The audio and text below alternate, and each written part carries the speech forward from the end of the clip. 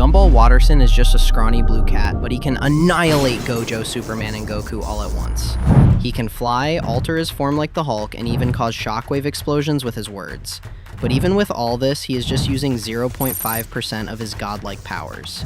So let's investigate how powerful Gumball really is by checking out his powers, abilities, and greatest feats. When it comes to overall strength, Gumball is invincible. Take the mustache, for example. Normally, Gumball is, well, Gumball. But after accidentally eating Richard's supplements instead of cereal, he goes through 30 years of puberty in 5 seconds. He doesn't just get buff like the Incredible Hulk does, he straight up bodies Tina Rex in Dodgeball. One throw, one rubber ball. That's all it takes to launch Tina through a concrete wall. If you think that's crazy, then you better watch out, because just a soft headbutt from Gumball can kill you. You see, in the shell, he cracked Penny's shell with a soft headbutt.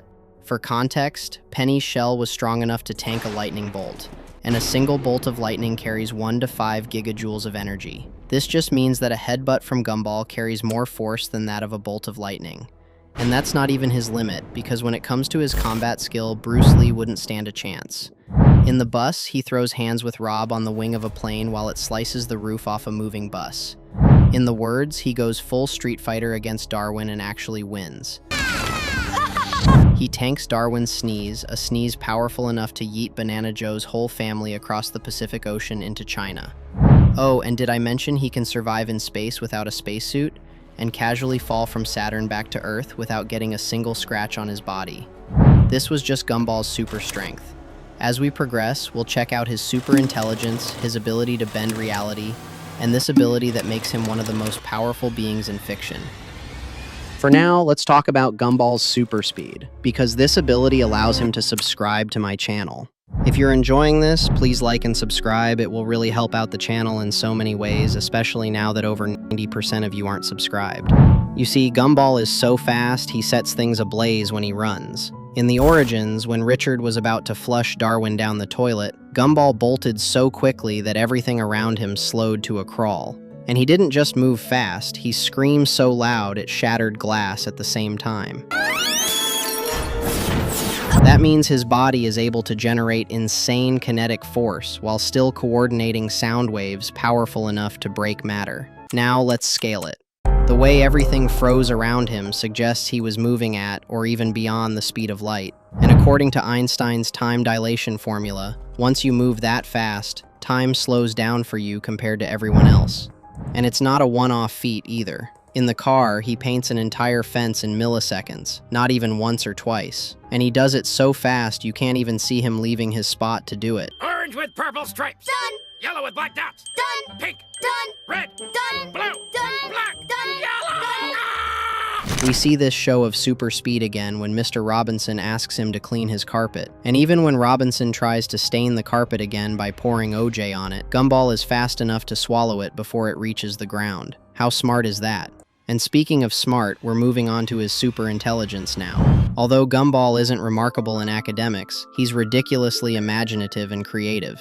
His brain might not ace a math test, but when it comes to strategy, he's a natural. In the mystery, Gumball proves he could actually be highly analytical, piecing together clues like Sherlock Holmes and eventually figuring out who shoved Principal Brown in Gumball's locker. It was you all along! But his biggest flex was the time he got a job at Joyful Burger in the menu. In a single day, he went from an entry-level worker to CEO, selling his shares and retiring as a multi-billionaire. Gumball and Darwin Watterson have sold their Joyful Burger shares for a whopping $4.6 billion. It takes an insane amount of intelligence to do that. At 12 years old, he's already driving cars, and in the scam, he pulled off his greatest heist ever, a master plan that robbed the entire town of their Halloween candy. There. Every last bit of candy and Elmore. All right. Take it. So yeah, when it comes to chaos intelligence and cartoon-level planning, Gumball is the GOAT. He's even more goated at bending reality. In the countdown, Gumball was late for school and accidentally broke the screen, so because of that, time just straight up stops. Then, he and Darwin rewind all the way back before the universe even existed, before the Big Bang itself. And when the Big Bang actually happens, Gumball survives it. That explosion had more energy than our brains can even process, and this blue cat just shrugged it off. Gumball can also teleport.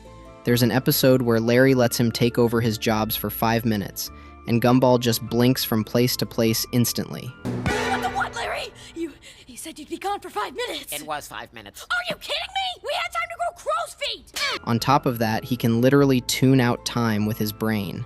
He zones out, snaps back, and suddenly the world's been wrecked by alien plagues or jumped ahead to the future. So there's a bit of a virus going around. Big deal. We just wait until our brains tune it out. Gumball isn't just powerful inside his world, he controls the show itself. He can physically break the fourth wall, smash the screen, rearrange subtitles, proving that he's not bound by the same laws of reality as the other characters. He knows he's fictional. He knows he's the main character.